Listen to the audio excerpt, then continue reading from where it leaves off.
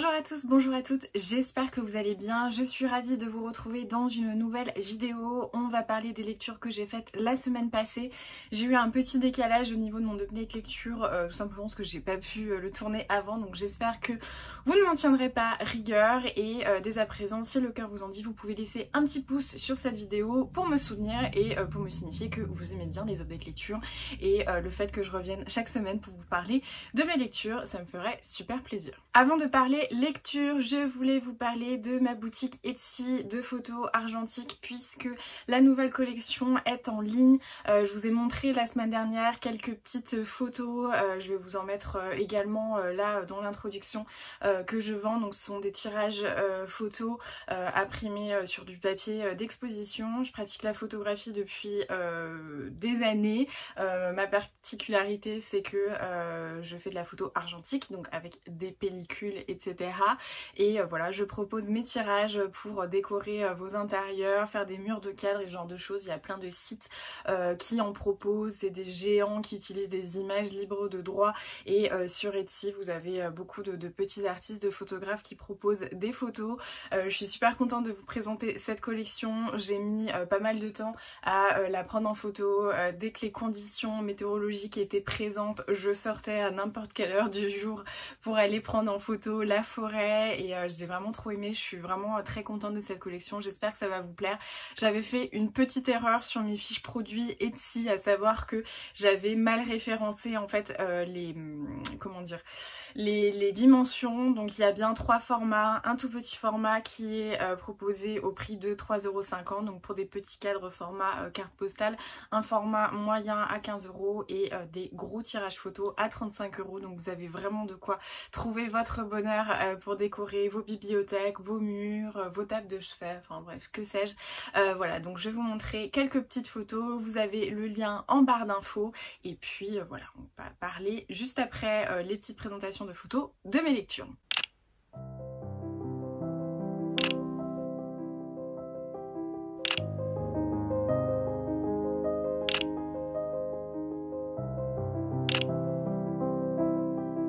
J'ai commencé la semaine avec une lecture VO qui me tentait depuis très longtemps, à savoir que c'est vraiment pour moi un petit peu l'exception qui confirme la règle. Je dis toujours que je m'attache beaucoup plus à ce qu'il y a dans un livre qu'à l'extérieur. C'est rare que je craque plein pot pour un livre avec une couverture magnifique. Alors effectivement, hors Benjamin Lacombe, réédition de livres que j'adore, où là clairement je suis le public cible et je me fais tout le temps avoir.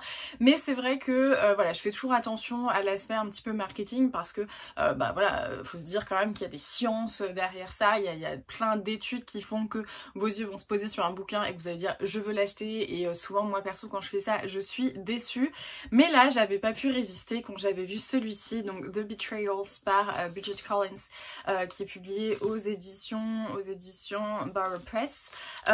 Donc c'est un livre en VO, donc déjà cette couverture je la trouve absolument magnifique, mais quand j'avais vu le livre, quand on enlève la couverture, voilà, le bouquin était absolument somptueux et je sais pas pourquoi j'avais fait tout ce que je ne fais pas habituellement, c'est-à-dire craquer sur un bouquin sur Amazon dont je n'ai jamais entendu parler juste parce que la couverture était très jolie, comme quoi ça m'arrive.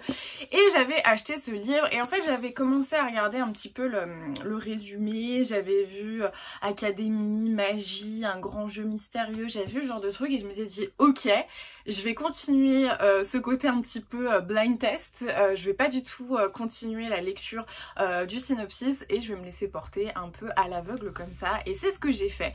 J'étais super enjouée, je dois vous avouer, parce que l'ambiance de ce livre extérieur, les quelques mots comme ça que j'avais pu capter dans le synopsis me promettaient une histoire un peu magique, alors certes adulte, parce que j'avais l'impression qu'on n'était pas dans du young adulte, d'avoir quelque chose voilà un petit peu mystérieux, un peu mystique et tout ça, et donc j'étais super excitée de commencer ce livre. Et en fait on commence et on va suivre Léo Martin, qui est ministre de la Culture dans un univers où voilà, je crois qu'on n'a pas trop de définition, enfin en tout cas de date, et on comprend qu'il a critiqué une nouvelle loi de son gouvernement qui va devenir un petit peu extrémiste notamment au titre de la culture. Lui c'était ça son point, par exemple tous les livres qui venaient d'ailleurs allaient d'ailleurs de d'autres pays, d'autres civilisations allaient être interdits, la culture allait se résumer à ce qui sortait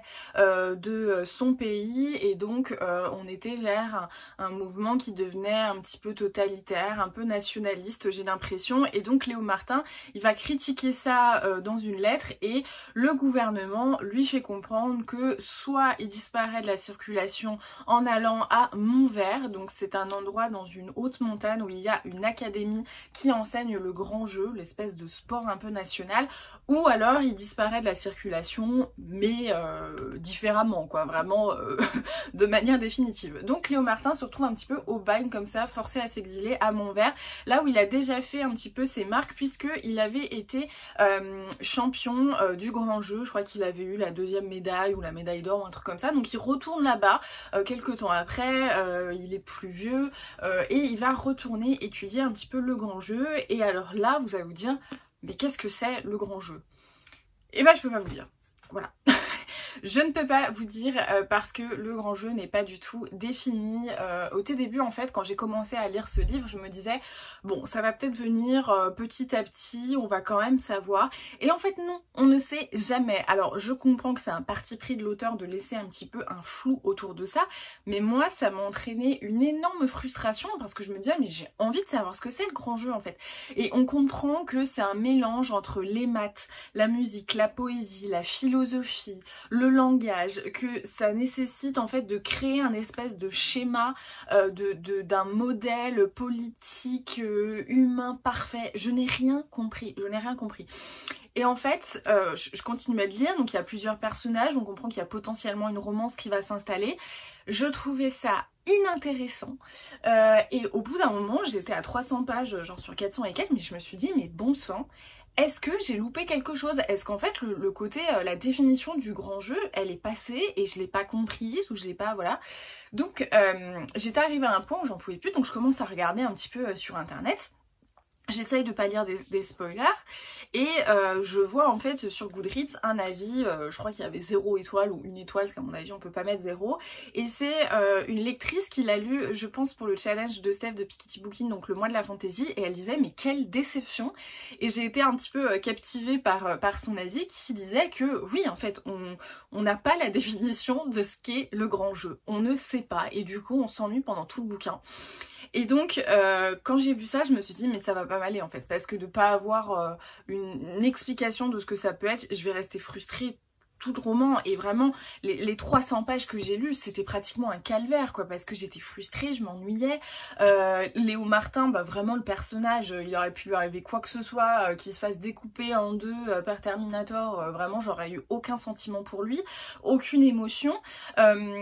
Et donc j'ai continué à lire un petit peu les avis, et j'ai compris qu'en fait Bridget Collins, elle a pris le parti pris de reprendre cette espèce de forme de jeu qu'on décrit pas vraiment, qui apparemment avait fait l'objet d'un roman par un auteur américain. Alors vous m'excuserez, j'ai pas du tout retenu le nom, mais les gens qui ont lu ce bouquin voyaient un gros clin d'œil, donc avait peut-être un petit peu plus de résonance dans l'histoire. Moi perso, lire un bouquin sur un jeu où toute l'énigme est autour du jeu, toute la journée ils sont dans cette académie pour essayer d'avoir la meilleure pratique du jeu alors qu'on ne sait pas quel est le jeu. Enfin, vous savez que j'aime bien l'absurde, mais là c'était un petit peu trop pour moi quoi. Et je me suis ennuyée, enfin j'ai pas compris. Et puis au-delà de ça, je n'ai pas du tout ressenti l'ambiance qui transparaissait des quelques mots que j'ai lus dans le synopsis. Il y avait vraiment cette espèce de truc d'académie, comment dire, de magie en fait. Enfin on avait vraiment l'impression qu'on allait tomber dans une ambiance un petit peu dark, un peu sombre, avec cette académie qui est perdue au milieu de la montagne, dans une forêt hyper éloignée de la civilisation, où vraiment elle est presque un petit peu loin de tous les problèmes politiques, etc. Enfin ça promettait plein de choses, et vraiment je me suis ennuyée, et j'ai lu les commentaires, enfin en tout cas parce qu'au bout d'un moment je me suis dit c'est bon, je l'abandonne, il me reste 100 pages, je suis en train de subir cette lecture, je ne prends aucun plaisir, je ne vais pas continuer. Et donc j'ai lu un petit peu sur Goodreads, voilà, les avis, et beaucoup de gens me disaient bah On sait pas où ça va. Alors il y a des gens à contrario qui ont adoré, qui ont dit waouh, plein de mystères, j'adore. Moi perso, je veux bien du mystère, mais je veux savoir un petit peu ce qui se passe quoi. Et là j'ai vraiment eu l'impression, en fait j'ai eu l'impression de lire un bouquin, genre de lire un tome 2 ou un tome 3 sans n'avoir jamais rien lu avant de l'univers et de ne rien comprendre. Alors pourtant il n'y a pas eu de livre avant. Mais je sais pas, je suis vraiment passée à côté, c'est dommage parce que le livre est magnifique, il était plein de promesses, enfin ouais, je sais pas, toute l'ambiance ça avait l'air super chouette et j'ai rien ressenti de ça et voilà, je suis hyper déçue. Comme quoi, l'exception qui confirme la règle d'acheter juste parce que le bouquin est joli, ça ne fonctionne pas avec moi pour le coup, c'est un loupé. Mais voilà. Après cette déception, je voulais un livre vraiment où je rentre dedans facilement, où j'avais cette soif de lecture qui allait être satisfaite. Et je me suis dit, pourquoi pas lire Fleur de sang, donc publié chez Michel Lafon par Emmanuel Robert Espalieu. Comment dire, la quatrième de couverture avait l'air plutôt prometteuse. Enfin voilà, il y avait plein de choses qui avaient l'air chouettes. Univers pareil, un petit peu dark, un petit peu sombre, puisqu'en plus j'avais compris qu'on était autour du bourreau. Voilà, dans cet univers, je crois qu'on était au 19e à mon avis, ou presque 19e ou 18e, je sais plus exactement. Je me suis dit pourquoi pas, donc j'ai commencé à lire. En plus de ça, la petite citation au début, c'est une citation de Romain Gary, donc j'étais à fond dedans. J'avais lu que Emmanuel Robert Espalieu était dramaturge, donc je me suis dit il doit quand même avoir un bon sens voilà, des actions et tout ça, parce que forcément quand on écrit des pièces de théâtre, j'imagine qu'on maîtrise ce genre de choses. Pour moi ça a été une petite déception. En fait on va suivre Charles qui est le fils du comte qui revient un peu dans sa ville après avoir fait des exploits militaires, des exploits de guerre et donc il assiste en fait son frère, donc son demi-frère qui est le prévôt, qui souffre un petit peu d'être le bâtard puisqu'il n'avait pas eu, sa mère n'était pas l'épouse du roi, et donc on sent qu'il y a voilà, beaucoup de jalousie entre Paul et Charles, puisque Paul c'est pas vraiment le fils légitime, il sait qu'il va pas devenir comte derrière, donc Charles c'est un peu le divin enfant qui revient un peu au bercail, et donc on voit ce truc de tension. Charles arrive, déjà le mec il met son nez dans tout, il n'est pas venu là depuis des années, mais le prévôt donc fait un petit peu la justice, on comprend, voilà, il va devoir juger des vols, des meurtres, ce genre de choses. Et du coup, Charles, il arrive direct, il donne son avis, et puis le jour, voilà, cette espèce de cour où on va juger, il voit au fond de la salle, enfin de la cour, une nana, et là il se dit, wow, elle est trop belle, c'est la femme de ma vie. Moi j'ai fait la guerre, je pensais qu'il n'y avait plus du tout de lumière dans ce monde d'obscurité, mais là je la vois et ma vie va changer, je suis capable d'amour. Enfin bref, je cite un peu des phrases, hein, et du coup bon, je me dis pourquoi pas. Et là le mec devient obsédé par cette nana qu'il a vue une fois dans une foule de 200 personnes jusqu'à la suivre. Alors bon, déjà en fait, moi j'étais hyper mal à l'aise pendant la conquête parce qu'en gros, voilà, c'est les premières pages, donc c'est pas du tout un spoil.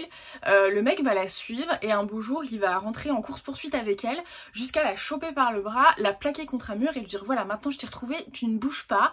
Et alors là visiblement il y a un moment de séduction incroyable où dans le regard il y a des choses qui se passent. Mais moi j'étais extrêmement mal à l'aise parce que je trouvais cette scène, je sais pas, pour moi c'était un peu de l'abus quoi, enfin...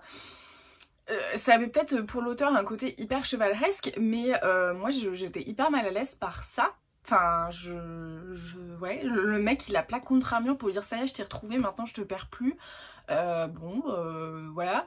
Donc du coup, l'histoire d'amour entre Charles et celle qui Marguerite, j'ai pas du tout accroché parce que j'ai été mal à l'aise dès le début, j'étais gênée, je trouvais que ça n'avait aucun sens de commencer cette histoire d'amour. Alors ok, on dit toujours qu'il faut pas juger les mœurs d'une époque à l'aune des nôtres, etc. Mais là, moi ça m'a pas enchanté, enfin j'ai pas trouvé que c'était... parce que bon... Le coup du coup de foudre, du truc au premier regard, etc. Je peux le comprendre en fait selon les époques. À notre époque, voilà, je peux comprendre que par exemple tu croises quelqu'un dans la rue et tu te dises wow, il s'est passé un truc dans un regard et qu'après tu retrouves cette personne et le charme, comment dire... fait est fait, ou alors il le fait pas. Ça je suis totalement ok. Je suis d'autant plus ok quand ça se passe voilà, je sais pas, au 19e ou genre de choses, où à l'époque bah, les jeunes gens quand ils se faisaient la cour, ils avaient pas la possibilité de discuter pendant des heures, de s'échanger des SMS, etc. Donc effectivement voilà, ça me convient très bien dans des romans du 19e ou même voilà début du 20e, que l'amour pouvait passer comme ça et que des relations naissaient de cette manière.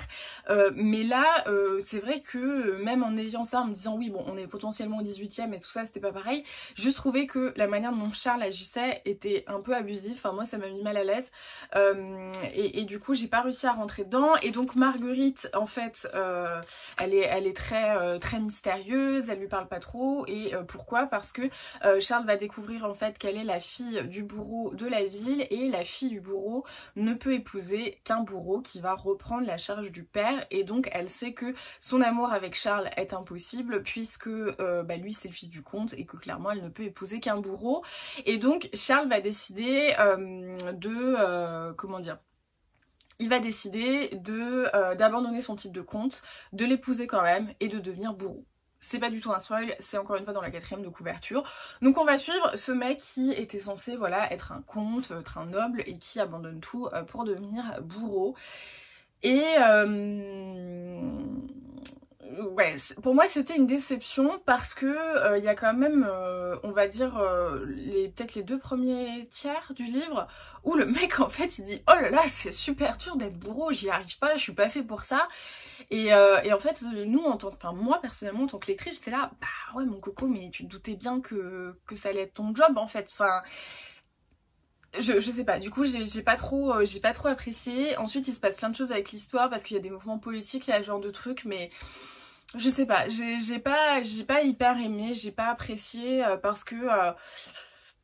parce qu'il me manquait un truc, il y avait des bons éléments, mais je sais pas. Je sais pas si c'est l'histoire en elle-même qui m'a laissé insensible, parce qu'après il y a des choses qui peuvent être intéressantes, hein, mais il m'a manqué quelque chose, je sais pas, j'étais pas satisfaite. Alors le truc aussi qui m'a un petit peu dérangée dans l'écriture, que j'avais beaucoup au début, c'était des changements de scène très rapides. Alors on comprend que c'est la technique un petit peu, on va dire, de théâtre, avec voilà le changement sur les plans, changement de décor, les rideaux et tout ça, mais du coup ça donnait du dynamisme, parce qu'on change de scène très rapidement comme ça, et c'est des scènes qui sont relativement courtes.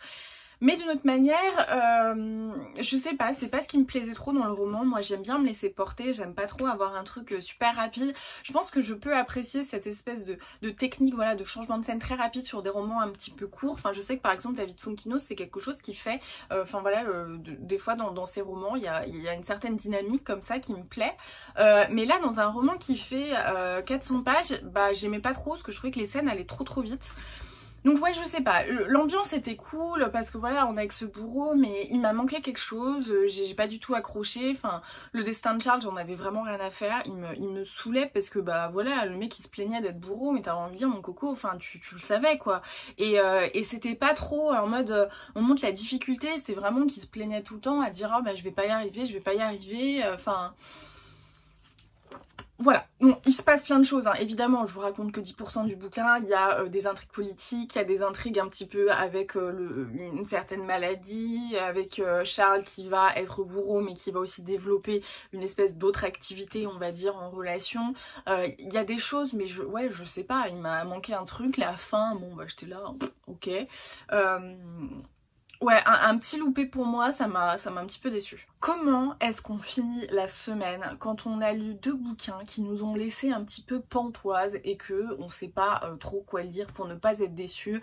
Et bah on relit un bouquin qu'on a aimé, et je me suis dit que c'était le bon moment de commencer, enfin de recommencer, je sais pas trop, la lecture des Rougon-Macquart, et c'est ce que j'ai fait. Donc j'ai lu La Fortune des Rougon, donc avec cette collection magnifique.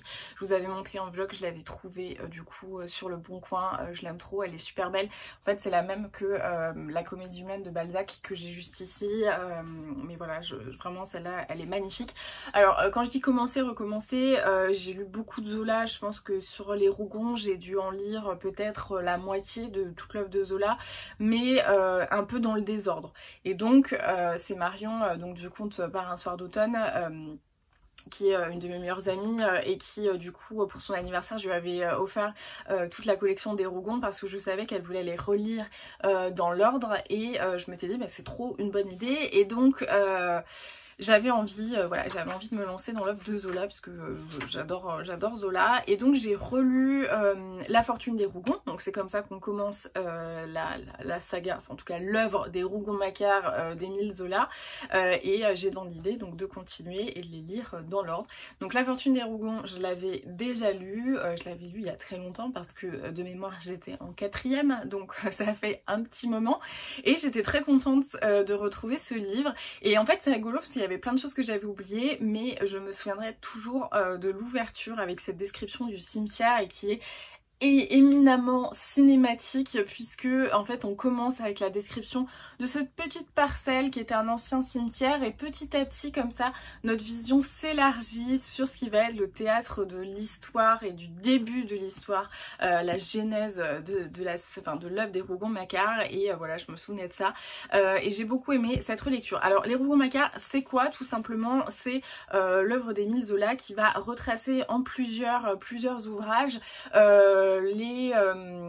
la vie en fait d'une famille pendant le Second Empire. Donc c'est ce qu'il dit dans la préface. J'ai toujours aimé cette préface d'Émile Zola qui dit je veux expliquer comment une famille, un petit groupe d'êtres se comporte dans une société en s'épanouissant pour donner naissance à 10 à 20 individus qui paraissent au premier coup d'œil profondément dissemblables mais que l'analyse montre éminemment liés les uns aux autres, l'hérédité à ses lois comme la pesanteur. Et donc voilà, il nous présente cette famille pendant le Second Empire. Cette œuvre qui formera plusieurs épisodes est donc dans ma pensée l'histoire naturelle et sociale d'une famille sous le Second Empire.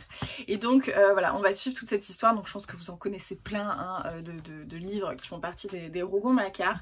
Et donc La Fortune des Rougon, eh bien c'est le début de cette œuvre qui sera en plusieurs ouvrages et on va avoir en fait la genèse qui va vraiment faire partir tout ça avec notamment le coup d'état de Louis-Napoléon Bonaparte et on va commencer un petit peu à tisser l'arbre généalogique de cette famille qu'on va suivre avec Adélaïde qui est l'aïeule et donc on comprend qu'Adélaïde elle a déjà une vie où tout le monde dit qu'elle était névrosée, qu'elle était un petit peu folle tout simplement parce que elle qui était de bonne famille elle a vraiment fait un peu, on a l'impression d'un mariage d'amour, elle s'est mariée une première fois avec le monsieur Rougon qui était vraiment un peu bourru et tout ça, personne n'a compris et quand il est décédé elle a fréquenté Macquart qui était un braconnier, qui était vraiment d'aucune classe sociale, qui était bourru etc. Mais elle en était folle amoureuse, ils ont vécu au-dessus de tout le monde comme ça, ils ont eu des enfants, d'où les Rougon-Macquart, sans jamais être mariés et donc on disait que cette pauvre femme elle était totalement folle et on va suivre un petit peu les deux courants, donc la vie de Pierre Rougon et puis ensuite d'Antoine Macquart et voir comment chaque branche de la famille va s'articuler avec un petit peu beaucoup d'atavismes familiaux qui vont se retrouver et en fait ce que j'aime dans ce livre, alors je vais pas tout vous décrire parce que je pense qu'il faut vraiment se rentrer dedans, mais c'est qu'on a plein de facettes et de personnalités différentes. En fait on va suivre déjà Silver et Miette qui sont des républicains un petit peu naïfs, qui sont bercés par un espoir, mais un espoir vraiment naïf, qui ont plein d'idées, qui ont presque une mauvaise lecture un peu de la philosophie des Lumières, mais qui sont voilà, qui sont pleins de bons sentiments. Et puis d'un autre côté on va voir comment les Rougon d'un côté, les Macquart de l'autre ont une espèce de soif, une envie de puissance, de jouissance extrême, mais qui va être déchue par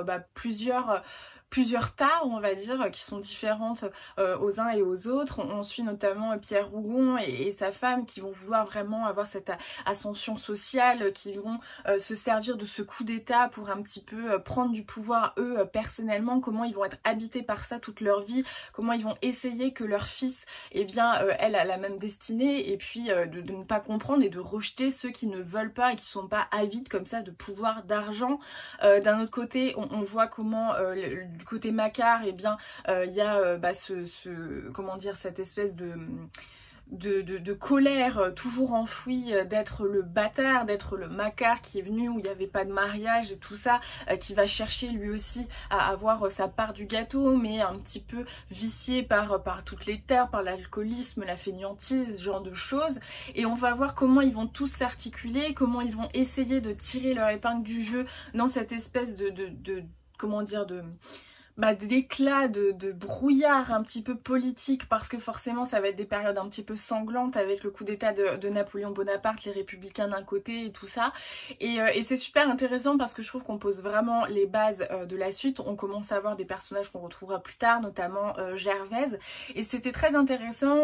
Pareil, en fait on a plein de petits thèmes comme ça qui viennent popper. On parle beaucoup de capitalisme, on parle de politique, de l'influence de la presse et ce genre de choses. C'est plein d'éléments qu'on va retrouver notamment dans Germinal, avec voilà le capitalisme, l'argent et ce genre de choses. C'était très intéressant. Moi j'ai beaucoup aimé le relire. Enfin, je pense qu'il y a plein de choses que j'ai vues différemment par rapport au regard que je pouvais avoir en quatrième. C'est vrai que j'ai l'impression de me répéter beaucoup, mais ces dernières années j'ai relu beaucoup de classiques que j'avais découverts au collège et j'étais marquée par certaines choses et je le suis par différentes choses en lisant pratiquement plus de 10 ans plus tard en fait. Et c'est super intéressant comme ça de relire. Je vous invite vraiment à le faire avec des livres qui vous ont marqué quand vous étiez au collège ou autre, et de les relire avec votre regard d'adulte, et non seulement votre regard d'adulte mais vos 10 dernières expériences de vie qui vous ont appris des choses, qui vous ont montré à regarder votre société, la civilisation dans laquelle on vit. Et c'est super intéressant de relire des ouvrages comme ça avec notre expérience de vie qui s'ajoute à cette lecture. Moi j'ai beaucoup aimé, j'ai vu plein de choses, et puis notamment je trouvais que c'était extrêmement actuel en fait, de voir comment dans cette espèce de cacophonie, de bordel un peu désorganisé au niveau de la politique, certains personnages vont essayer de tirer leur épingle du jeu, de profiter des miettes qui restent comme ça. C'est toujours d'actualité finalement, la poursuite de l'ascension sociale en négligeant certaines autres valeurs morales et tout ça. C'est éminemment actuel aussi, donc c'était hyper intéressant, et ça me donne trop envie du coup d'attaquer le deuxième. Je sais plus exactement ce qui vient après. De toute manière, je ne vais pas prétendre être une experte de Zola et de connaître toute la suite des Rougons. Je le saurais peut-être en le faisant, mais c'est vrai que là, je me souviens plus de ce qui vient après La Fortune des Rougons.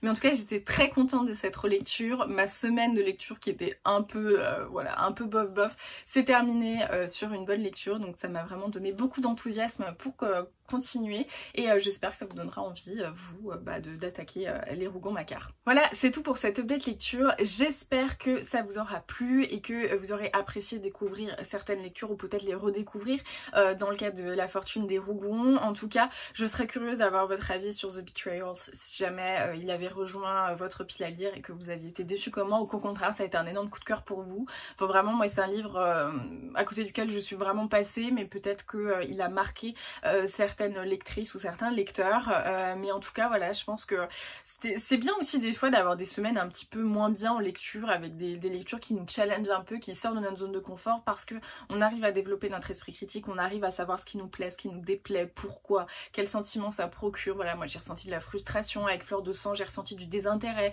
une certaine gêne, et ça je pense que c'est important aussi en tant que lecteur et lectrice d'analyser, même dans les choses qui nous déplaisent, le pourquoi du comment. Enfin moi c'est quelque chose que j'essaye toujours de faire, et j'ai l'impression que ça m'éduque moi-même en tant que lectrice pour savoir ce que j'aime. Donc en tout cas, n'hésitez pas à me dire dans les commentaires ce que vous avez pensé de cette update lecture, des commentaires, des analyses des livres, si ça vous a plu. Et puis voilà, n'hésitez pas à mettre un petit pouce, un commentaire, à partager sur les réseaux sociaux, notamment en story sur Instagram. Et en attendant la prochaine vidéo, je vous embrasse, je vous souhaite de très bonnes lectures et je vous dis à très vite.